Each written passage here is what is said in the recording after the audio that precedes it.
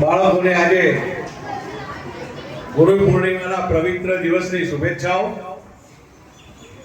શાળાના આચાર્યશ્રી, શાળાના શિક્ષક મિત્રો, ભાઈઓ બહેનો, મારી સાથે ઉપસ્થિત જિલ્લા ભાજપના ઉપપ્રમુખ પૂજાબેન, ડીસા શહેર ભાજપના પ્રમુખ સરોજબેન જાની, મહામંત્રી શ્રી કમળાબેન, ડીસા શહેર સંગઠનના મંત્રી દક્ષાબેન મોદી, તેમજ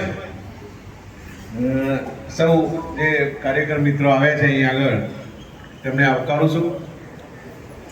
આજે ગુરુ પૂર્ણિમા હોય, આ શાળામાં અમને આવવાનો અવસર મળ્યો, તે બદલ હું તો સૌ પ્રથમ તો શાળા પરિવારનો આભાર માનું છું. મિત્રો, આજે મારે તમને એક પ્રશ્ન પૂછવો છે. કોના જન્મદિવસ નિમિત્તે આપણે ગુરુ પૂર્ણિમાનો આ કાર્યક્રમ કરીએ છીએ? કોઈને ખબર છે? બોલો બેન. સરસ, સાચો જવાબ. વેદવ્યાસ એ આપણા ખૂબ જ વર્ષો પહેલા મહાભારત રામાયણ થયું એ વખતે એમના પણ ગુરુ હતા. એવા વેદવ્યાસના જન્મદિવસને આપણે ગુરુ પૂર્ણિમા તરીકે ઉજવીએ છીએ. પહેલા આશ્રમમાં આપણે શિક્ષણ મેળવતા હતા. એ વખતે શિક્ષકો નહોતા, ગુરુ જ હતા. એમના ગુરુ જ કહેવાતા, શિક્ષક કહેવાતા જ નહીં. એટલે એ વખતે જે ગુરુ હતા, આજના શિક્ષકો એ તમારા બધાના ગુરુ છે. આપણા સૌ પ્રથમ ગુરુ એ આપણા માતા પિતા છે.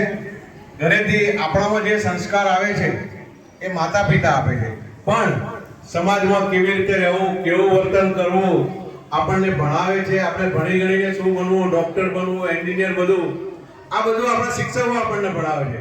એટલે શિક્ષક એ આપણા ગુરુ છે. આપણે સૌ ગુરુઓને માન રાખવું. ગુરુ જે પ્રમાણે આપણને સંસ્કાર આપે, જે આપણને શીખવાડે, એ આપણા જીવનમાં ઉતારવું. એટલે આપણે આજના આ ગુરુજીઓને સૌ પ્રથમ બધા બે હાથ જોડી નમન કરશે. આ ગુરુ છે, જે કહેશે એ જ આપણે કરીશું.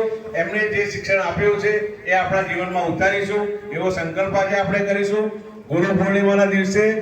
અને મને આજે એક સરસ મોકો મળ્યો ચંદુભાઈને મળવાનો અને એમનું પૂજન કરવાનો. અમે 1980ની સાલથી સાથે છીએ. આજે 45 વર્ષ થયા. એ ડીસા આવ્યા, એમના પછી હું ડીસા આવ્યો. એટલે અમારી જોડી અતૂટ છે. અમારો પ્રેમ એટલો બધો છે કે અમે જોડે જોડે જ રહીએ છીએ.